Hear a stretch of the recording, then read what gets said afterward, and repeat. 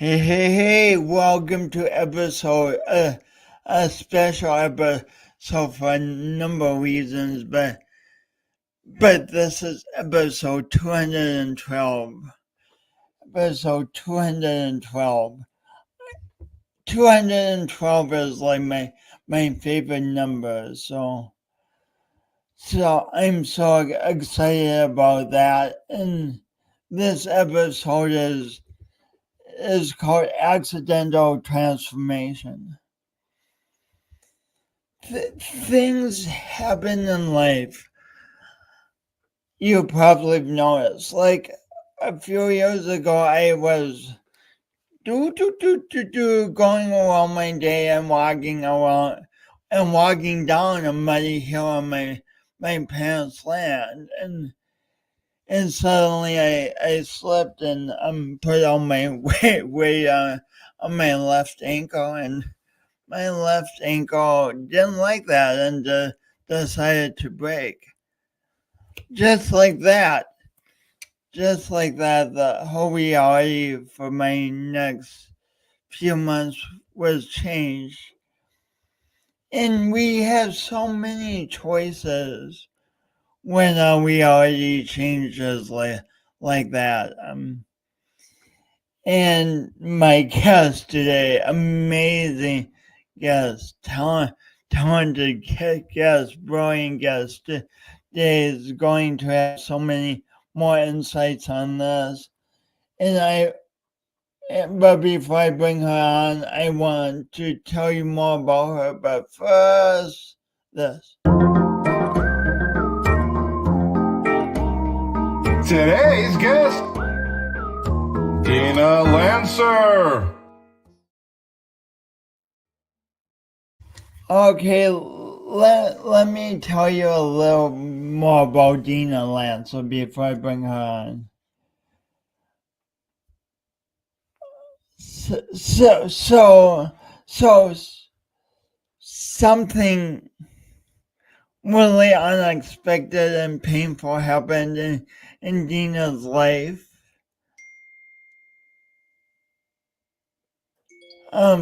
Very suddenly, and I was going to tell you about what that is, but I don't. I want her to tell the story. So just know that she's done amazing things with what happened, including writing a book, Breaking to Breakthrough, a journey of healing and transformation. So without further ado, I was going to make a joke that rhymed with ado, but then I couldn't think of anything, so this is awkward. Anyway, help me welcome Dina Lantzer. I love it, Jason. You're so awesome. Actually, awkwardly awesome, to be specific. Yeah. How are you doing today, Dina? I'm pretty awesome today. Awkwardly awesome as well. Sweet. Yeah. So, I hadn't expected to start here, but I see all this yellow, as I look at you. So would you tell us the story of how yellow came to be your color? Wow. I'm not even sure if I know the story of how yellow came to be my color. I remember maybe a year or so ago, I was getting ready to be Toastmaster at our Toastmasters Club, Club 210 in Sioux Falls. Plug. We meet the second and fourth Mondays. It's a great group, by the way, for anyone thinking of joining Toastmasters in Sioux Falls. But it was the first time that I was ever going to be a Toastmaster. And I was looking at what to wear and kind of jostling around with a couple of different ideas. And actually, this jacket was one that I kept gravitating towards. And every time I put it on, I just felt confident. I just felt strong. I just felt empowered compared to other things that I put on. And I just recognized like how me putting on yellow just brings that out for me, just empowers me, causes me to just feel incredible, to feel like the light. And it reminds me that I am light. And so that's just, I mean, it's just a kind of, so I literally have slowly replaced pretty much everything in my closet to be able to either wear with yellow or have some sort of yellow in it, because I just like to wear yellow at this stage of my life. This is fascinating. I've known you and your husband for a year or maybe a year and a half, and you're always wearing yellow, and so I thought maybe you would have a story from childhood about how yellow became your color or something like that. And to me, this really illustrates how impactful the changes we make in our lives actually are. You change your wardrobe to yellow, and now I like always associate you with yellow. It's amazing. Right. And that's kind of, you know, when you think about branding yourself into something, that's the idea, right? Is that people will brand you into something. They'll recognize that you always have a certain color or something like that. And when we started attending Toastmasters, that was kind of my intention, was to brand myself somehow into transformation and growth. The sunflowers, as you see, is my flower. And I've just gravitated over the last few years towards yellow and the sunflowers. My mom bought me some sunflowers, had some sunflower paintings, pictures painted for me before she died.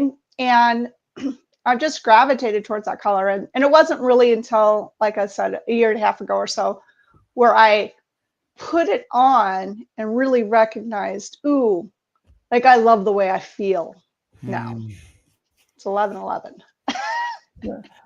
So that's a shout out to branding and being intentional about branding, and also branding that feels good to us, like you wear yellow because you love it, and you feel confident wearing yellow. You don't wear it because you think a successful person should wear yellow. You love it, and then it's also a powerful brand. Yeah. Yeah. I hope that when people see me wearing yellow, it reminds them of their light. That's awesome. So for all the branding and planning and recognition about light that we do in life, sometimes, like I was talking about, things happen very suddenly.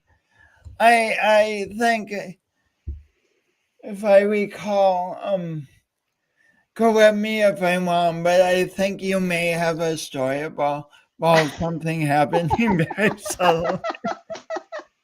Think.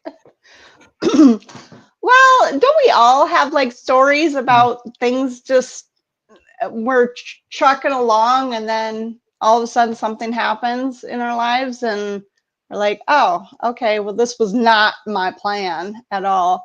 But yeah, Like I was floating in my mama's room, and suddenly my umbilical cord got pinched, and that was a suddenly thing.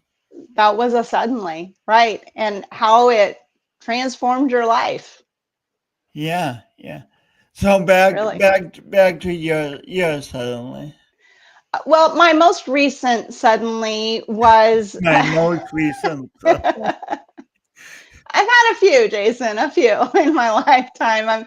I'm 54, so people live through a lot of suddenlies in their life, I think.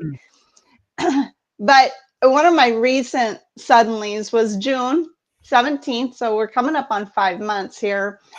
I was going downstairs, just a regular old day, going downstairs to wake up my daughter. She opens at her restaurant that she works at. So you get up very early in the morning, huh? I do. I'm usually a 4:30 kind of girl. I like to be able to get up early, meditate, journal, pray, just have some time to myself. So Right? Connect. the lights are still off as you're walking to get Oh your yes. daughter. Yeah. The house is dark. We have a light usually in the kitchen, like the microwave light, and then a porch light on, and that's about it. And so I was walking down the stairs to wake up my daughter, and it was dark. But I've done this daily for years now, at least 2 or 3 years. I have gone because she cannot get up for the life of her, and she's been that way ever since she was a teenager. Now she's 33, and she lives with us with her daughters. And that was itself a miraculous story, but I won't go into that with you now. But I was going downstairs to wake her up, and you know how when you think you're at the bottom stair, but you still have 1 or 2 more to go? Yeah, I do.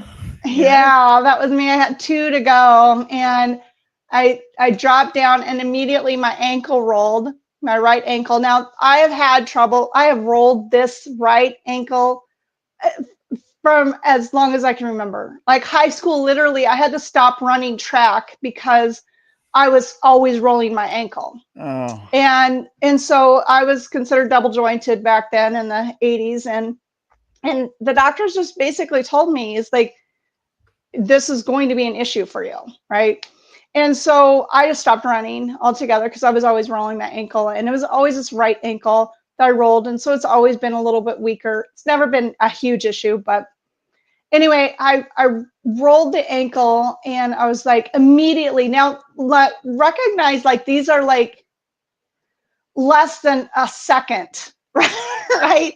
In between me rolling the ankle and then my left leg coming down and like splat on my knee, just flat on my knee. And I remember as my right ankle rolled, I was like, oh no. And like everything that I was thinking about, because we were getting ready to go to Miami, I was like, oh shoot, this is gonna suck, because my ankle's rolled. But I'm like, I can wrap it, I can go with it, it'll be no big deal. Like literally. And then I landed on my left knee, and I was like, So your left knee hit the step? no, my left knee hit the ground. And so we're talking about like vinyl flooring on top of cement, right? So it might as well just have been cement, because there's no cushion under that vinyl flooring at all. Not much bounce. No, none at all. I mean, it just like, I literally hit it, and I sat there and just like, oh, screaming no. And actually, like, my first instinct was, oh my God, why did I do this? Well, I can't believe I did this. It wasn't really like, I mean, it hurt. Like, I'm not gonna lie, it hurt. I've given birth 3 times, and this hurt. And I just sat there trying to get my breath. I couldn't move for, I don't know how long. It was a few minutes, I'm sure. My daughter and I groaned. I was like, oh, just a really loud groan. I wasn't screaming or crying or anything. I was just like, oh my God, because it hurt. And my daughter heard me and comes out of the room, and she's like, oh my God, oh my God. And she tries to. So good job, you did wake your daughter up. I did wake her up, yes. She was wide awake immediately. There was no grogginess there at all. The adrenaline kicked in for everybody. And she tried to lift me up, and I was like, no. I can't move. Don't move me. Just let me still here, right? And so I took a few deep breaths. All of my 20, 30 years of meditation and breathing and, So why was regaining your breath at that moment so important to you? Just so I could stay centered, so I could stay grounded, so I could stay focused, so that and actually in hindsight, as I started writing my book, I realized how good or bad it is. I'm like the glue in the house, right? I'm the matriarch of my family. And so I think everybody kind of looks to me for that level of stability. And so I've always just taught myself to be that place of peace, right? It might be, I might be like freaking out on the inside, but if I freak out, the people around me are going to have a way worse time than I. And then I'm not going to be able to manage their freak out as much. Right. So you realized quite a long time ago that when you freak out, it causes a chain reaction. Well, and I don't know if that was like intentional, but I just learned, like, when I can look back on hindsight and go, oh, yeah, I can see where I need to keep my cool. That's just the way it is. And I didn't always do that. Like I didn't always have control over it. And that's what I said, thanks to years of meditation and breathing and practice and grounding, I've learned over time to maintain that steady peace inside versus that freak out mode. I say all the time, my kids are casualties of my unconscious beliefs. I grew up in a very domestic, violent household, and I did not have the tools and the equipment that I needed raising my kids, which is one of the reasons why it has driven me to really look and understand how the brain works, how we work, so that I could heal myself, so that at some point I could help my kids with their kids, right? Rather than continuing to repeat past traumas, right? So for everyone listening, we're going to come back to to the vinyl floor and you on the ground, but Awesome. but let's go back. How 30 years ago, how did you find meditation? Well, long story short, in 1997, I was 27 years old and I attempted suicide. And from there, that was the start of an intense journey into spirituality and personal development, spiritual and personal development. I think they kind of hand in hand. I got the spiritual component first. And in that, like, that just seemed like such a obvious thing. I had kids at home. I didn't have any other time unless I got up before everybody else got up. So I would get up at 4:30 every single morning, and I have for years, so that I could spend I call it my appointment with the king for the longest time, right? That I would just sit and I would, like I said, pray and journal and read and just converse with God, with spirit. And and as I've grown and honestly kind of deconstructed my religion a little bit, it just kind of continued to stay in that place of continuing that personal connection, that personal relationship that I have with that God part of me. And I've come in and out of it and noticed that those times when I'm not in flow with that, how disconnecting I feel, how low I feel. I lose myself. And so it's just such a vital part of who I am to be connected to that source that's in me. How can you can you identify how breathing specific? It sounds like you've had a very nourishing, very sacred morning practice for years. But how did breathing deeply enter that practice for you?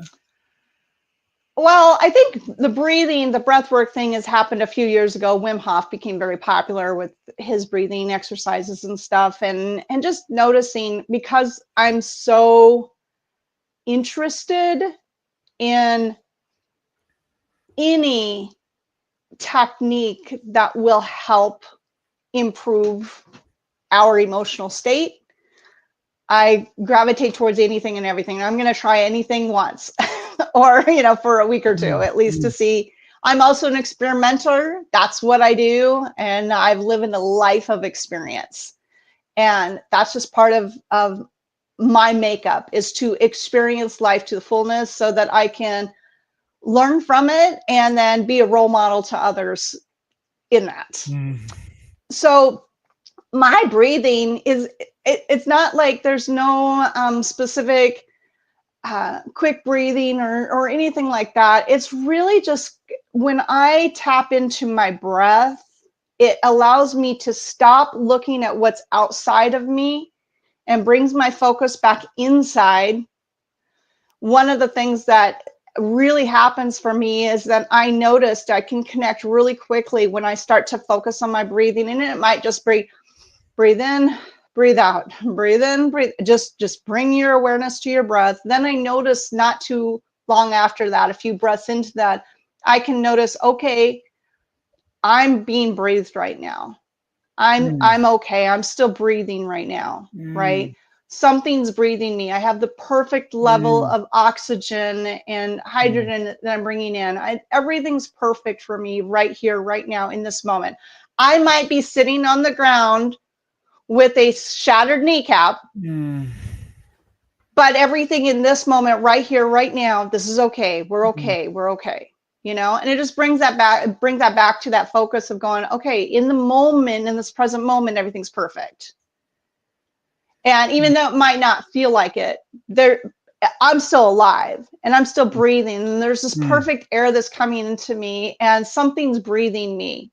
Right. And so just allows me to get back in touch with that connectedness, that source, that God part of me that is here to experience this life through Dina. I feel myself relaxing as you talk about this. Yeah.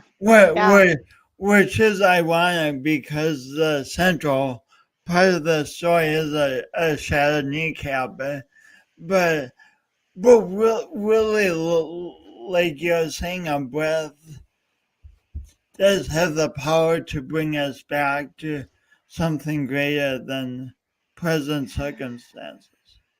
Yeah, you have a really powerful breathwork practice too. Yeah, I love it. So one more thing before we get back to your shattered kneecap. How did you get trauma is really complicated and tough and painful, and a lot of people end up continuing that cycle and passing that on to children or to whoever. How did you get it in your mind and in your heart that you wanted a different path than passing the trauma forward? It's interesting because, again, I'll refer back to in 1997 when I was 27 and becoming a Christian.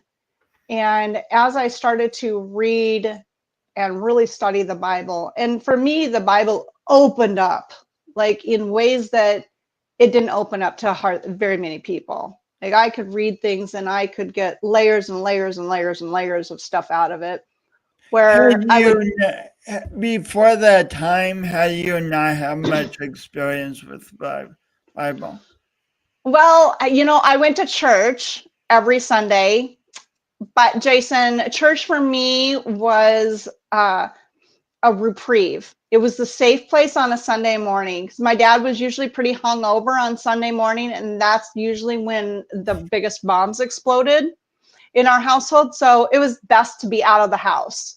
And so, that's where I was. We went to church on Sunday mornings. The kids did. My mom and dad rarely went, but us kids went to whatever church was closest to us. And so I did go to church as a kid. And like I said, I've always been kind of into that spiritual nature, just not understanding it. But when I was 17, I became pretty atheistic, I think. I really began to believe that there was no God. I had a very rough experience with my father at that time, and really began to believe that there was nothing out there, because if there was, people wouldn't act the way they did. So hypocrisy is like a big issue for me. And then I started kind of playing around with other darker spiritual things, maybe, that without recognizing that they were darker spiritual things. I was just like, wow, this is just a game, and experienced some real authentic spiritual stuff. And so at that point I was like, okay, well, there's definitely something out there. I don't know what it is, but when I die, I want to go with the good guys. So who is that? So it really started me on that search for looking for what is right. And so in 97, when I started reading my Bible and looking into that, I started to recognize that there was something different than what I experienced in my life growing up.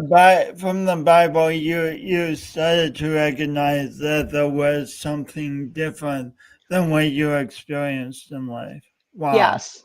Wow. And especially growing up in a house that, like I said, went to church, but didn't have that experience. But I had extreme experiential knowledge. It wasn't just reading a book.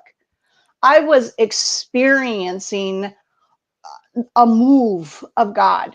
I experienced miracles. I experienced praying for people and them having miracles, like, hurt legs and then all of a sudden running, and they're like, whoa, wait, I couldn't walk 2 minutes ago and now I'm running. And I experienced a great experiential knowledge of something more powerful than I was, and also come to know that this something more powerful than I was deeply, unconditionally loved me. And I don't think we can grasp our head around what unconditional love is. It's just unfathomable to us. One of the things that I got showed,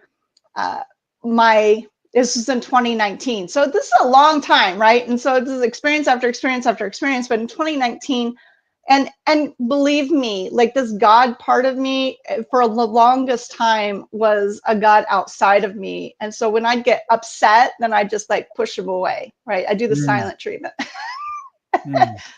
But one day, and if you want to get back to the story of the broken knee, we can go there rather than this if you want to. No, let's keep going down this path for a while, because this path relates to how you to the course you took with your broken knee. So I think this is really important. Okay. So yeah, please keep going. Well, so in 2019, my mom had a surgery, AAA surgery, and was not recovering from it. What was the AAA surgery? I don't know, something about an aorta something. Oh, okay, well, basically, so she had a blockage in a major artery going to her kidneys. And so she had this major surgery in 2019. They pulled out all of her insides, removed this blockage. And then, she died in January of 2020 because she never fully recovered from the surgery. Mm. That's a different story. But she was in the hospital and was in ICU for over 2 weeks and was not recovering. And the doctors kept saying she's probably not going to make it. And my brother and my older brother and sister were kind of trying to compel me to go to Nebraska to see her in the hospital. And I had just seen her in May. And so this was August. And I was like, nah, I'm good. The last time I saw her, she was sitting in my chair in my living room, smiling and laughing. And I'd rather have that memory. If she's going to die, I'm good. We're good. We have a good relationship. I don't need to go to the hospital and see her dying in a hospital bed where she's not cohesive or coherent and has no idea what's going on. And so we were getting ready to go on vacation with our granddaughters, and I had made the decision of saying, I'm not going to Nebraska. Let's just go on vacation. And as soon as I really came to that decision, like, this is it, that's what we're doing, immediately I heard the words, take Abby to Nebraska. Now, Abby is my oldest daughter, and we had custody of her kids because she had been in an addiction of meth and heroin and was on the streets. And we had literally not heard from her in 2 years. No idea if she was dead or alive. No idea if she was living in the area. No idea anything. And I heard this, take Abby to Nebraska. I was like, that's crazy. I don't know how you expect me to do that. And so Matt looks at me and he's like, what? I said, you tell me. And he's like, what? And I said, you pray right now. And you tell me what I just heard. And he's like, just tell me. And I said, no, I'm not. Cause this is so far out there for me. Like, I needed like a burning bush kind of thing. And so Matt lifts his head down and he looks back up and he's like, what? And I said, okay, let's go on vacation. And then he turns his head and he looks back at me and he goes, take Abby to Nebraska? What the? And I said, okay. You didn't tell me that you'd be giving me goosebumps down there. I know, I just got goosebumps again, Jason. Yeah. But I was like, okay, well, I guess I'm taking Abby to Nebraska. And he's like, how? What? We don't know, but what? You know, and I'm like, I know. And the same way, Matt, all I know is that we both heard this exact verbatim, word for word, what we were supposed to do. So I reached out to my younger daughter. I'm like, is there any way you can get a hold of her? She goes, well, I'll try on Snapchat. She hasn't been on in a while, but I'll try. So she threw out a message to Abby, and within 30 minutes, Abby was in my Facebook Messenger. What's up? I was like, can you call me? And so she called me, and I was like, told her what happened. You know, grandma's not doing very well now. I mean, grandma, they were, gosh, this is going to make me tear up, but Abby was her favorite, and she was just torn up because Abby was lost for a few years, you know, and it just destroyed my mom. And I said, can you go to Nebraska on Friday? And she said, yeah. And I was like, okay. And so on the way down to Minneapolis to pick up Abby from this gas station on Friday, I had this vision because it's been 2 years, Jason. And we have her kids. And you haven't known where she was, right? No idea. No, all we know is that she's using drugs, and she's living on the streets of Minneapolis. She's homeless, and we have her kids, and this is it, and we don't know anything. And I was just like, oh my God, how am I going to do this? And immediately God gave me a picture of her as a baby, me holding her in my arms as a baby. And it was just like this understanding of saying, remember how perfect and beautiful and how much you loved her at that moment. And I was like, yeah. And then immediately I had this flashback to me, to myself, in one of my most shameful, embarrassing moments, cover me up. I don't want anyone to ever know that. And he said, that's the way I see you, even in that moment. Wow. And no matter what she's done, it doesn't matter, because all I ever see you as is perfect and beautiful and loved. And so it really helped me to get all of those really bad images out of my head and the anger and the trauma that we had between her and I out of my head and just love her unconditionally, like God did. So I don't know if that answers your question. I don't even know what your question was at this point. Just please complete this loop. So you and Abby get down to Nebraska. Oh my God. And when we get to Nebraska and my mom, like, oh my, no, this is going to make me cry. So we walk in the room and my mom has been completely unconscious, not coherent. She has no idea where she's at. She's not barely able to speak, nothing. And we get in there and Abby goes up to the side of her bed. She's on one side and I'm on my other side. And she grabs a hold of my mom's hand and my mom's crying and Abby's crying. And she, like, within 24 hours, miracle happened. Like, literally within 24 hours, she was sitting up. She knew where she was. She knew what she was doing. She was able to start drinking through a straw. Like, we went from she's not going to live through this to just total transformation. She just needed to know that Abby was okay. Sorry. It's amazing. I'm telling up to.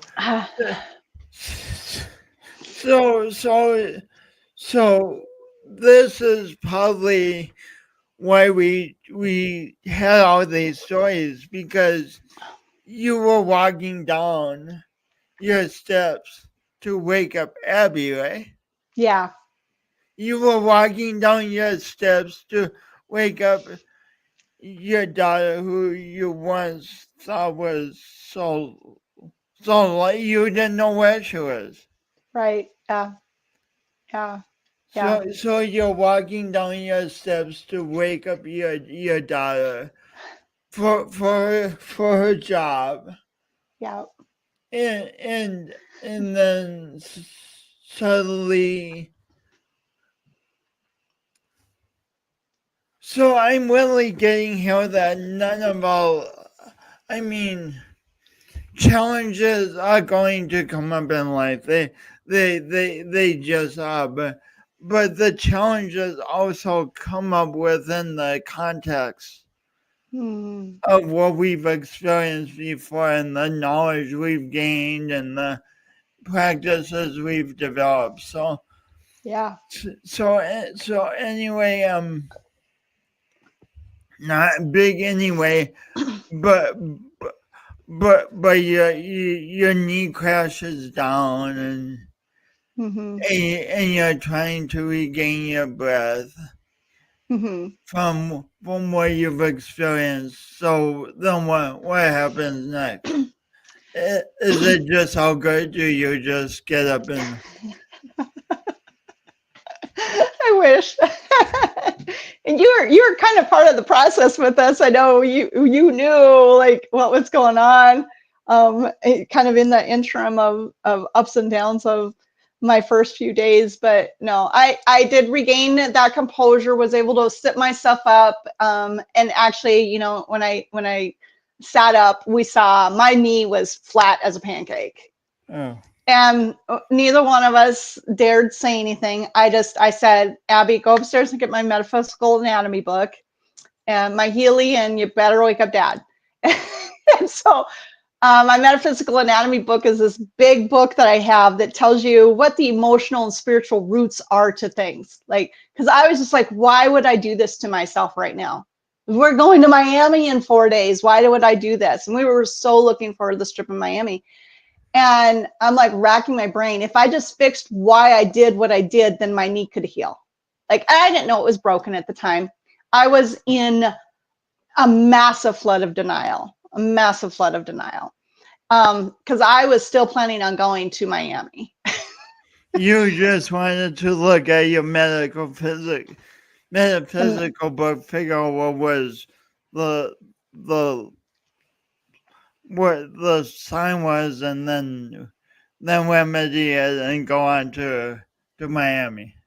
Yep. I figured if I could just fix what was inside, what I was screaming inside, because that's my belief system is that anything that happens on the physical plane is rooted in a mental, emotional, spiritual plane first. And if you don't deal with it in the mental, emotional, spiritual plane, then it will manifest in the physical plane. And so the physical plane just is constantly like, that's the last resort to really tell us what's happening, what needs to change in the mental, emotional, spiritual plane. And so that's kind of like where I was at. I was like, okay, I knew it. I needed to fix something on the inside. And so she got the book, and it basically talked about me feeling this need to always be the support to everybody, not feeling like I could be supported, not trusting that I could be supported, and afraid to kind of step forward into new directions. And it just really was like, wow, okay, yep, because I could hear the chatter throughout the week that I had been suppressing those thoughts and not really dealing with them. And it got to the point where you're like, okay, well, here, honey, how about if you break your knee? Now you're going to listen to yourself, right? So it did. It gave me, quite a few weeks of just complete stillness. And I had to sit with myself. And so, we couldn't go to Miami, and that was absolutely devastating. That was when, honestly, not going to Miami, not being able to board the plane was the first. So that was 2 weeks. That was 4 days. And so that was 4 days later. That was when it really hit me like, oh, okay, this is not going to be an easy fix.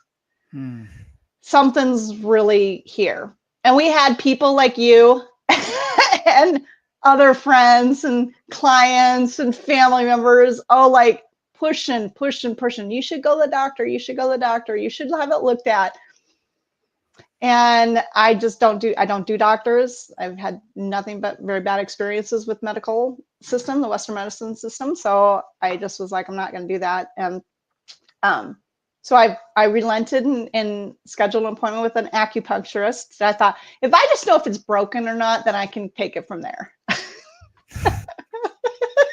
It's like my body knows how to heal itself. I'll just if I can find out if it's broken or if it's a tendon tear, then I'll just take it from there. I can tell my body what to do. And the acupuncture, we go into the acupuncture, and he's like, I'm not going to treat you without an X-ray. And we're like, frustrating. So we found a chiropractor who did X-rays and would treat external the external parts of the body, not just the spine.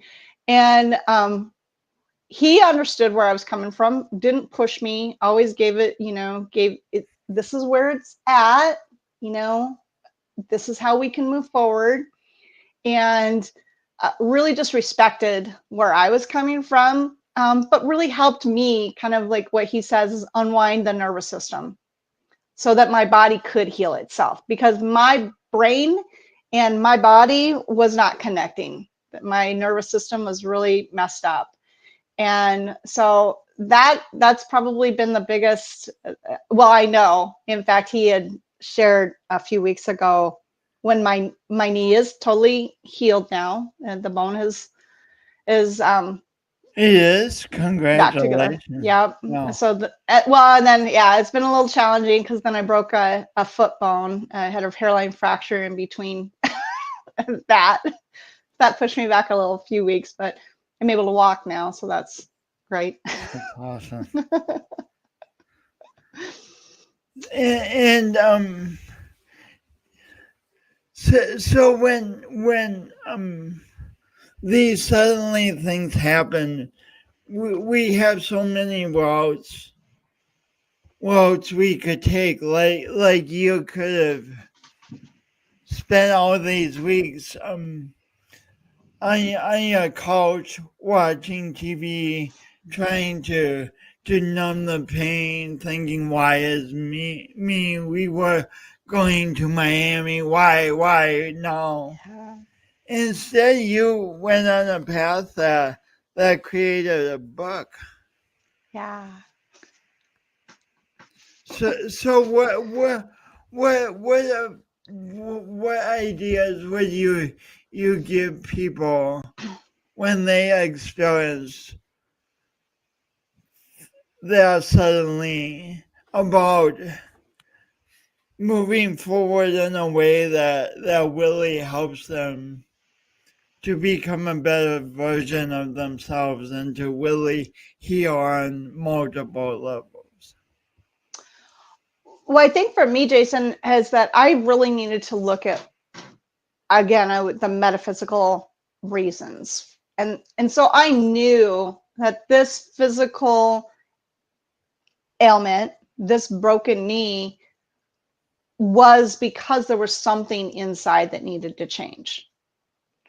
And you don't find that something inside by watching TV or scrolling on your phone or doing anything that is not going to allow you to get in tune, right? I mean, that takes stillness. It just does. And it's sometimes very uncomfortable. I remember even not too many weeks ago, after I even wrote the book, how I sat there, and it was a Sunday, and I found myself procrastinating and not wanting to create anything, not wanting to do anything, just found myself scrolling and just wasting my day. It was like 4 o'clock in the afternoon, and I finally sat down with my journal, and I was like, what are you doing? And all of a sudden I was like, oh yeah, I'm not wanting to hear this, right? There was something that I don't remember exactly what it was at this point, but just journaling, going, okay, I'm procrastinating. That means there's something I'm not wanting to look at or focus on or hear, right? And it's really crazy how, because it's just belief system. It's a belief system that we feel like is so integrated with who we are that if we lose that belief system, we will no longer be who we are. But I find it's the exact opposite, is that when we let go of these belief systems that we developed as children, then we can actually more fully step into who we really are.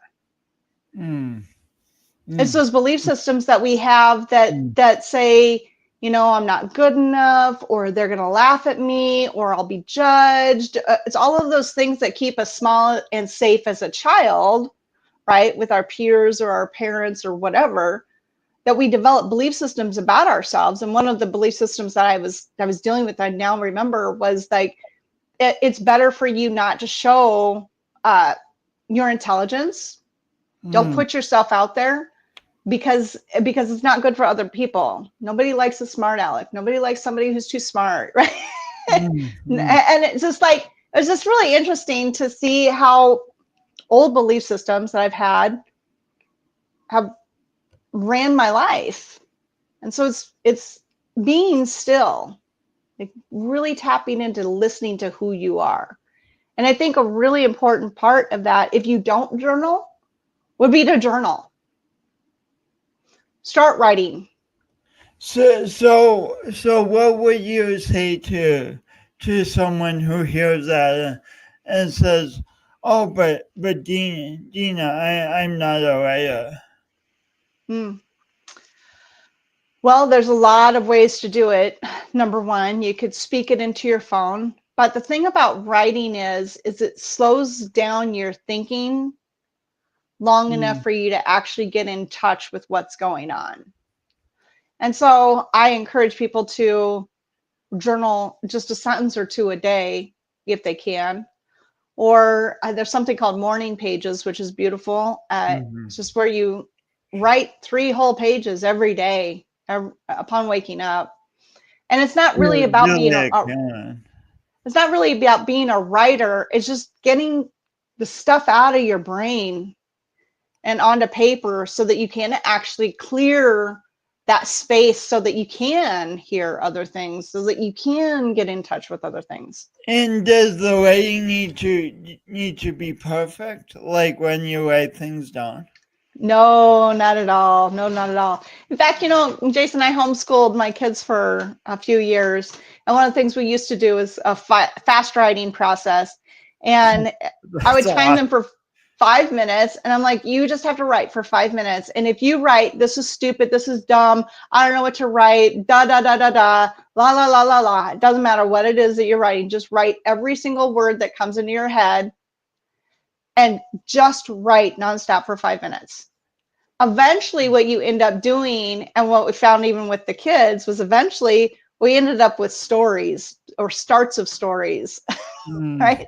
Because it allowed that creativity to start to open up where they couldn't access it before.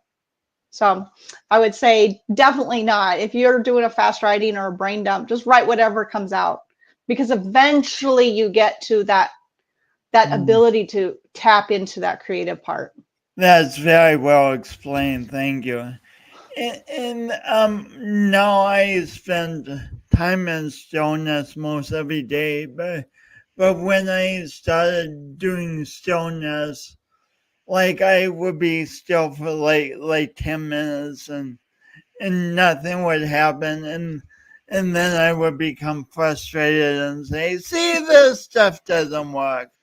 What would you say to someone who's kind of interested in stillness but becoming frustrated with that it doesn't work in any specified amount of time? Right. Isn't that challenging? So I know I've experienced the same thing myself, as in spending time in stillness and not feeling like I've gotten anything. And it's hard to push through that. But that alone, when you're sitting in stillness and then coming out of it going, well, that didn't work, that right there is the thing you need to journal about. Because right there, you have an expectation for something that right there is probably the block why you're not getting into that amazing experience of your inner self really starting to communicate with you, because you're still trying to control it. Control. I'm a control freak and a half, Jason. You know that. So. So when you through your stillness practice, you've learned something about letting go to the stillness almost. Right. And that's surrendering to the stillness, right? Surrendering to the what is, even if nothing happens, right? And that's that kind of unconditional love. Love yourself enough to hold through that, to say this is important no matter what. I'm going to sit with myself for 10 minutes every day because I'm worth sitting with for 10 minutes every day. Right? Like, there is some value in me to give myself 10 minutes. 10 minutes. Like, if you have a child and you haven't given your child 10 minutes of your day, do you really love them? If you don't give your spouse 10 minutes out of the day, do you even love them? It's just that communication, it's that connection, right? And that's what we need. And I feel like in the society that we're moving through, I think we all need to learn how to reconnect to that part of us that is beautiful and divine and loving and nurturing, that just wants connection. It's such a different path from, I mean, there's so many temptations to take us out of stillness, like with this thing, as long as I keep it charged, I never have to be still for a moment in my life. Right. Such a big temptation. How do you deal with that temptation? Well, let me tell you another story real quick, Jason. Back in 2019, I had appendicitis. And my appendix was so swollen they couldn't operate. And so I did go to the hospital, believe it or not, for 3 days, and they couldn't operate. And so I went home with some antibiotics and was on the antibiotics 10 days or so, and then went back into the surgeon's office, right, for an office visit and update or whatever. And I was already starting to feel tender again on my appendix. And I was like, I think I need more antibiotic because this is starting to kind of be tender again. And she's like, no, you're good.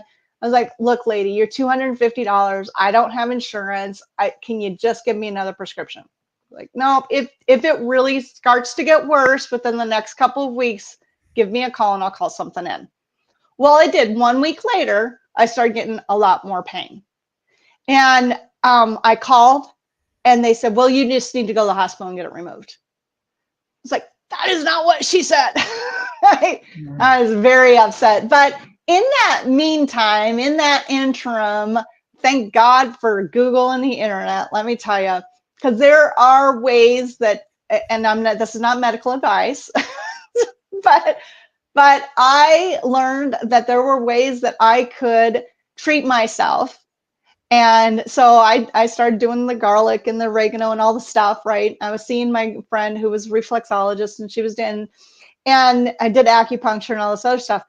But the thing is that, and this was the hardest thing, is that on a Friday, so it started on a Monday, and on a Friday, and this was, so the first time I got appendicitis, and this is key, because the first time I got appendicitis was Mother's Day weekend.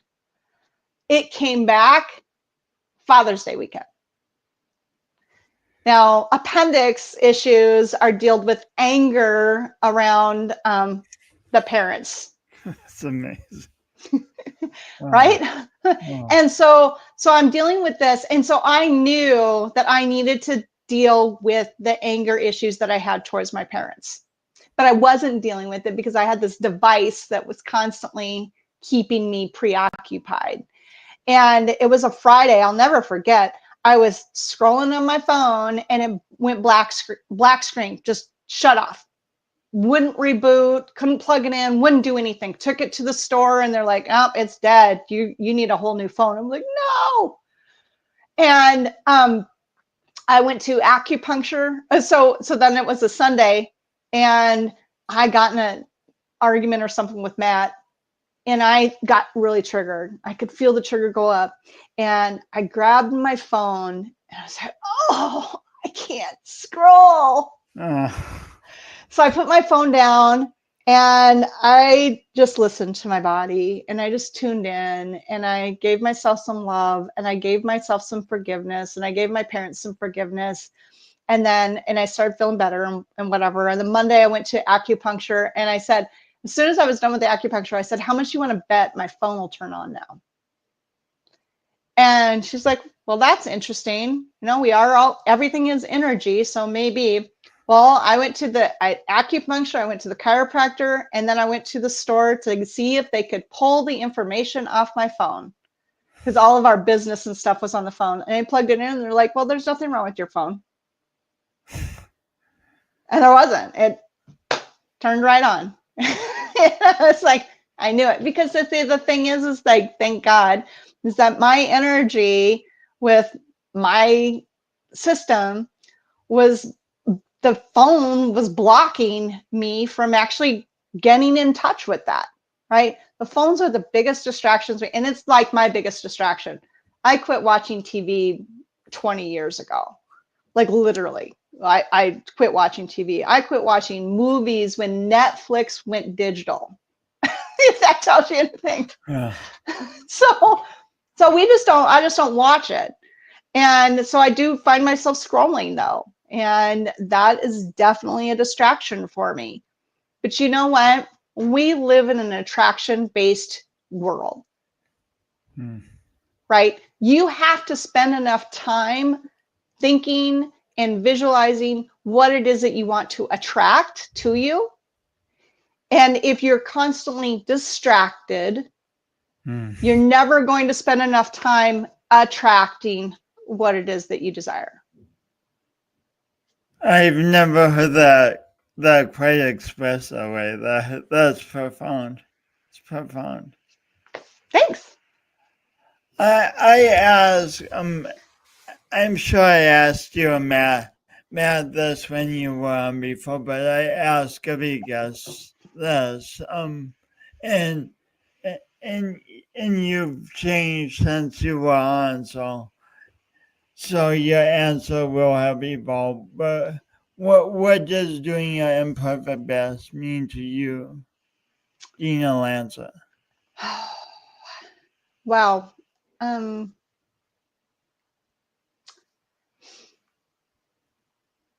I guess doing my imperfect best to me means just showing up as myself, being my authentic version of myself, and allowing myself just to be, right? To stop pretending and wearing the mask and making everything perfect and then being in control of everything. And again, that does definitely go back to the experience that I've had to really recognize that I'm not in control of anything, right? Every time I think I am, I get a new message from the universe, right? And so learning to trust that I can trust, learning to trust that I can trust myself, and just being the best version of myself that I can be. And the only way I can do that, Jason, is if I spend time getting to know who she is and what she really wants outside of what I think I wanted because of programs that I ran that kept me very limited and and had to keep things in control. I mean, I've learned a lot about myself and I'm still learning. Still every day I reread my book all the time because I'm like, oh yeah. Every time I reread my book, I'm like, it doesn't feel like I wrote it. So your book is literally serving as a guide to you now. Absolutely. Absolutely. I don't know if you've read it yet, but I would encourage you to read it. And there are some journaling questions and stuff in the back of it. But like I said, every time I read it, it's like I don't even recognize that I wrote it because I recognize the story, but there's just so many of those little truths that are in there that for me, even as I was reading it this morning, I was like, oh yeah. Oh yeah. I haven't read it yet. I think I told you because I love to interview guests with more curiosity. Like if I had read it all, I would have known more of the story. But I plan to read it. I plan to read it. It's an easy read. So we need to go. But is there one? Like a few sentences from the book that you want to read, just so you get the sense of reading a little wisdom from your book on there. Sure. I didn't pull out anything specifically. If I flipped open, I didn't ask. I didn't think of it till we were talking. Well, I guess what I turn to is that I wasn't just healing my knee, I was healing a lifetime of wounds that I didn't know I was carrying. As I healed, I realized that the greatest strength I could find wasn't in anyone else, it was within me. Wow. I'm glad you turned to that. Wow. Thank you so much, Dina. This was phenomenal. Thank you. Thank you. I'm glad we got to chat, Jason, and I look forward to having dinner with you again. Yeah. That makes me hungry thinking about it. Awesome. See you soon. Bye. Bye.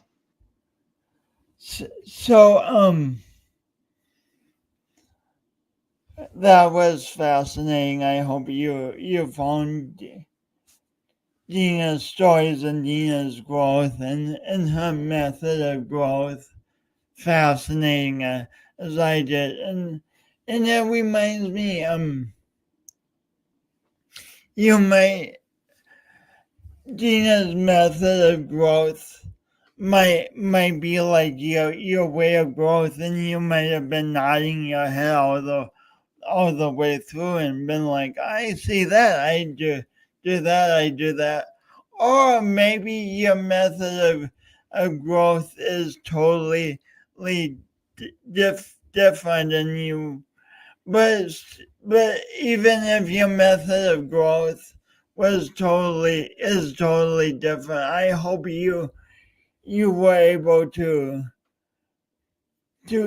take some nuggets from Dina's story, because I believe we learn both from the people who are kind of doing the same general things we are, but we also learn from the people taking different courses than we are, and who says who we learn more from, which type of person. Maybe it depends depending on the situation. And as Dina said, I want to emphasize that nothing in the show is intended as medical advice in any sense of the word. Our bodies are different. Our ways of healing are different. So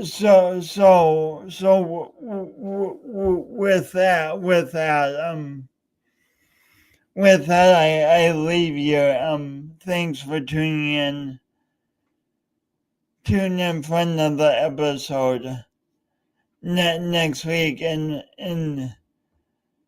please leave comments if you want. We greatly enjoy comments, and thanks for being you and going through your journey of the thing called life. Talk to you later. And outro. Shoot.